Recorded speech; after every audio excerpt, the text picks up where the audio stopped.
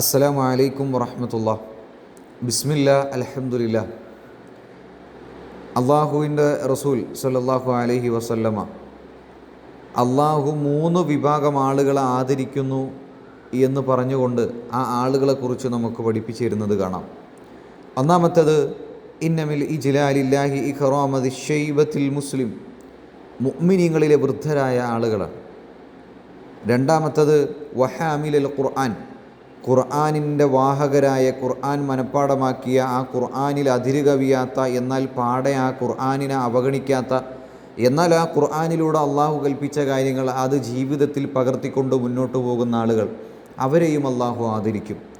മൂന്നാമത്തത് വ ഇക്റാമതി സുൽത്താൻ, ഭരണാധികാരിയായ ആൾ യഥാരൂപത്തിൽ ആളുകളെ ഏറ്റവും നല്ല രൂപത്തിൽ ആ ഭരണത്തെ മുന്നോട്ട് കൊണ്ടുപോവുകയും നീതിമാന്മാരായ, നീതിയോടുകൂടി ഭരിക്കുന്ന ആളുകൾ, അവരുടെ മുകളിലും അള്ളാഹു ആദരവ് കൊണ്ടുവരും എന്ന് റസൂലുള്ള പഠിപ്പിക്കുകയാണ്.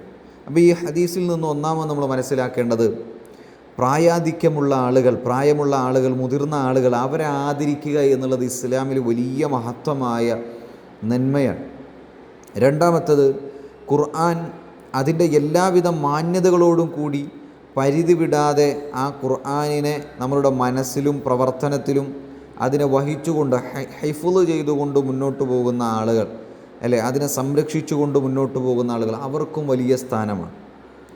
മൂന്നാമത്തത്, നമ്മളൊക്കെ ഇപ്പോൾ ഇലക്ഷൻ്റെ തിരക്കിലാണ്, ഇലക്ഷൻ നടന്നുകൊണ്ടിരിക്കുകയാണ്, നമുക്കറിയാം, തദ്ദേശ സ്വയംഭരണ സ്ഥാപനങ്ങളിലേക്കുള്ള. അപ്പോൾ അവിടെയൊക്കെ ഒരു ഭരണാധികാരി, ഒരു ഭരണം അത് ഏറ്റെടുത്ത ആൾ ഏറ്റവും നീതി പുലർത്തിക്കൊണ്ട് അതിനെ മുന്നോട്ട് കൊണ്ടുപോയാൽ അവർക്കും അള്ളാഹുവിൻ്റെ ആദരവുണ്ടാകുമെന്ന് റസൂലുള്ളാഹി പഠിപ്പിക്കുകയാണ്. ഈ 3 കാര്യങ്ങളും നമ്മളുടെ ജീവിതത്തിൽ ഉണ്ടാകണം. അള്ളാഹു നമുക്ക് അതിനുള്ള തൗഫീഖ് നൽകി അനുഗ്രഹിക്കുമാറാകട്ടെ. അസ്സലാമു അലൈക്കും വറഹ്മത്തുള്ളാഹി വബറകാതുഹു.